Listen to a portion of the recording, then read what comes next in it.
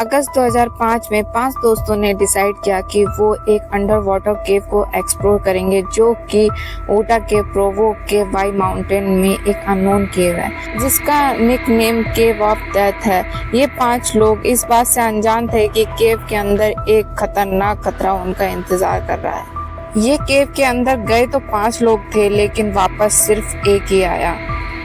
ऐसा क्या हुआ उन चारों के साथ में, आइए जानते हैं।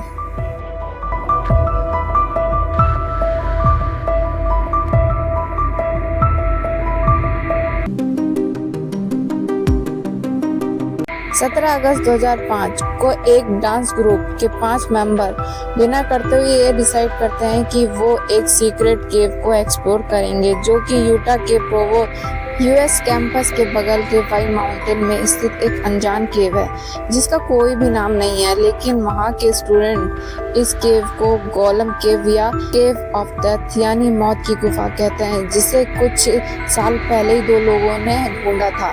केव देखने में जितनी छोटी लगती है उतनी ज्यादा खतरनाक भी थी। इस केव में भी बहुत पतले पतले नैरो रास्ते थे, लेकिन घबराने वाली बात तो ये थी कि इसके अंदर बहुत सारा पानी भरा हुआ था। लेकिन जो हैरान करने वाली बात ये थी, 18 बाय 2 इंच का पानी से भरा रास्ता जो एक तरफ से दूसरी तरफ 18 फीट तक जाता है।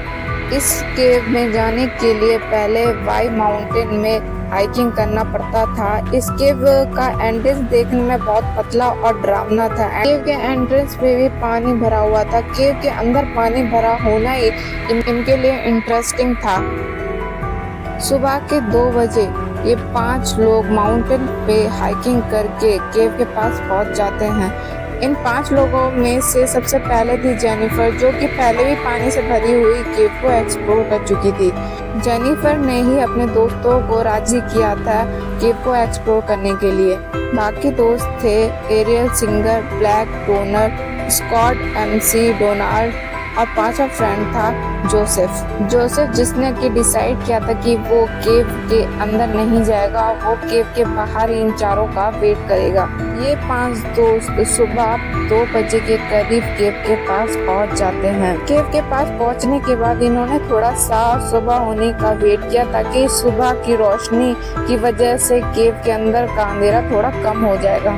सुबह के 4 बज गए थे। इस केव का एंट्रेंस इतना पतला था कि एक बारी में एक ही आदमी अंदर जा सकता था। अब सब दोस्तों ने ये सोचा कि हमें से पहले कौन जाएगा। तब सब दोस्तों ने डिसाइड किया कि जेनिफर को पहले जाना चाहिए, क्योंकि उसको हमसे थोड़ा ज्यादा एक्सपीरियंस है। अब जेनिफर केव के अंदर जाती है और उसके पीछे एक एक करके तीनों दोस्त उसके पीछे चल देते हैं। केव के अंदर का पानी काफी ठंडा था। अब जेनिफर सबसे आगे चल रही थी ताकि वो आगे का रास्ता देखकर इन तीनों को बता सके। केव के अंदर 15 फीट के रास्ते को पार करने के लिए एक रस्सी बंधी हुई थी, जो कि आसानी से 18 बाय 20 इंच के रास्ते को पार करवा सकती थी। लेकिन शायद इन लोगों ने उस रस्सी को देखा भी नहीं था, या फिर केव में अंधेरे की वजह से ये रस्सी दिखी नहीं। इसका मतलब ये था कि वह लोग आसानी से रास्ता भटक सकते थे। इन चारों दोस्तों से पहले भी एक केवर इस केव में आया था। उसने बताया था कि उसने भी इस रस्सी का यूज नहीं किया था, इस वजह से वो भी रास्ता भटक गया था। पानी के अंदर वो डूबने ही वाला था कि उसको वहाँ पर एक छेद मिल गया। वहाँ जाकर उसने सांस ली और वो तुरंत केव से बाहर निकल आया। लेकिन शायद अब ये चीज इन चारों दोस्तों के साथ होने वाली थी। ये चारों दोस्त वहाँ पर आसानी से केव को एक्सप्लोर कर रहे थे। केव काफी छोटी थी और केव के अंदर काफी पतले पतले रास्ते थे। लेकिन जेनिफर को थोड़ा एक्सपीरियंस होने की वजह से वो लोग आसानी से रास्तों को पार कर रहे थे। लेकिन अब चीजें बिगड़ने वाली थी। केव को एक्सप्लोर करते करते ये लोग उस रस्सी को नहीं देख पाए और ये रास्ता भटक गए। इन चारों दोस्तों का दम घुटने ही वाला था कि उन्हें वहाँ पर एक होल मिल गया, जहाँ पर इन चारों ने खड़े होकर सांस ली। ये एक चैम्बर था जो 6 फीट चौड़ा था और केवल इसमें 3 फीट सांस लेने की जगह थी। केव के बाहर खड़ा हुआ 5वां दोस्त जॉश इन चारों का वेट कर रहा था। जॉश को पता नहीं था कि ये लोग केव से कब बाहर निकलेंगे, क्योंकि उन चारों दोस्तों ने केव से बाहर निकलने का कोई फिक्स टाइम नहीं रखा था। जॉश उन चारों का काफी टाइम से वेट कर रहा था। सुबह के 5:30 बज गए थे, लेकिन वो सब अभी भी केव से बाहर नहीं निकले थे। इसलिए जॉश केव के अंदर जाता है और टॉर्च मारता है और उनको आवाज देता रहता है, लेकिन वहाँ से कोई आवाज नहीं आती। काफी आवाज मारने के बावजूद भी उसको केव के अंदर से कोई रिस्पांस नहीं मिलता। ये देखकर जॉश काफी ज्यादा घबरा जाता है। जॉश उन चारों को फोन भी नहीं कर सकता था, क्योंकि यह एक अंडर वाटर केव था, इसलिए चारों के फोन जॉश के पास थे। जॉश अब बाकी दोस्तों की फैमिली को इन्फॉर्म करने लगता है। कुछ देर बाद रुक के वो डर के मारे अब पुलिस को भी फोन कर देता है। नीचे केव में चारों दोस्त बाहर निकलने की कोशिशें करने लगते हैं, लेकिन वह हर बार रास्ता भटक जाते हैं। लेकिन उनका मौत का कारण ये बना कि केव के चेम्बर में 21% ऑक्सीजन था और 79% नाइट्रोजन, और केव के अंदर पानी भी एक ही जगह रुका हुआ था। ये केव चूना पत्थर और मिट्टी से बना हुआ था और केव में छोटे छोटे पौधे भी थे, इसलिए नाइट्रोजन की मात्रा ज्यादा थी। एक रिपोर्ट से पता चला था कि केव में रोशनी करने के लिए उन लोगों ने केव में एक जगह पर एक मोमबत्ती जला रखी थी।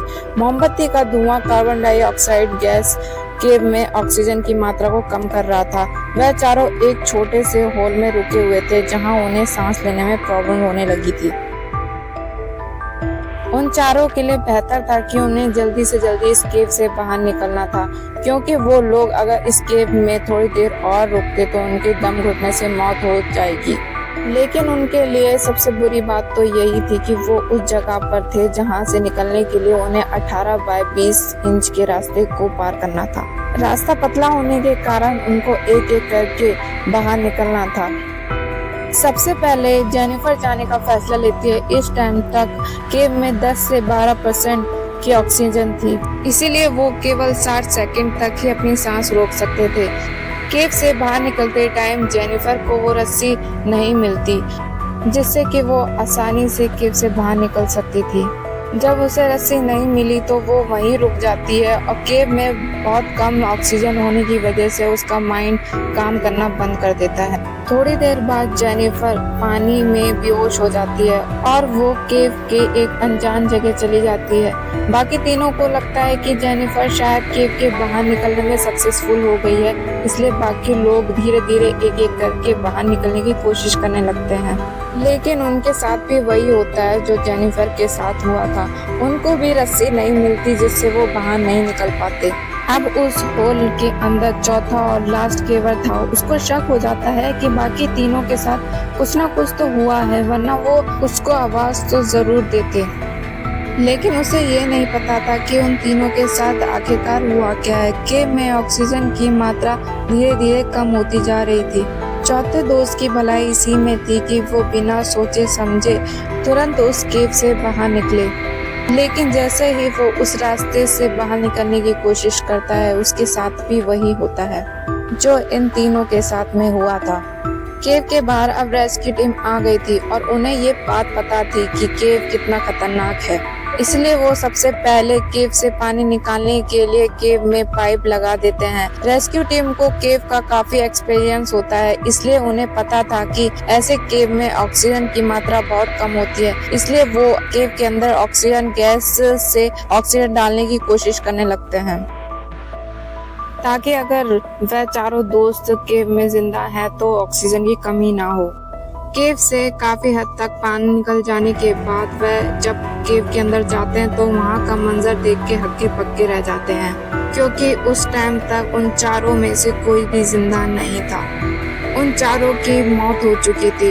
उन चारों की डेड बॉडी उनके सामने बिखरी पड़ी हुई थी, और जब ये बात उनकी फैमिली को बताई जाती है तो उनकी फैमिली को विश्वास ही नहीं होता।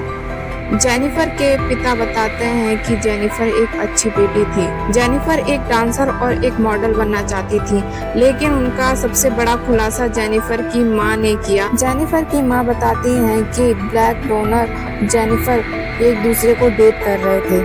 ब्लैक डोनर जेनिफर का बॉयफ्रेंड था।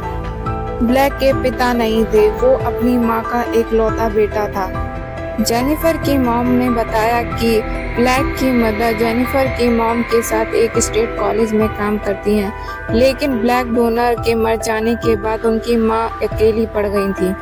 जेनिफर की मां ने बताया कि उनको अपनी बेटी जेनिफर के मर जाने से ज्यादा बुरा तो डोनल के मर जाने पर लग रहा है, क्योंकि उनके पास तो 2 बेटी और 1 बेटा था, लेकिन ब्लैक डोनर अपनी मां का एकलौता बेटा था। इन चारों के मर जाने की खबर पूरे नेशन में फैल चुकी थी, जिस वजह से गवर्नमेंट ने गोलम केव को बंद कर दिया ताकि इन फ्यूचर लोगों की मौत ना हो। आई होप आपको ये वीडियो अच्छी लगी होगी। मिलते हैं अगली वीडियो में, तब तक के लिए बाय।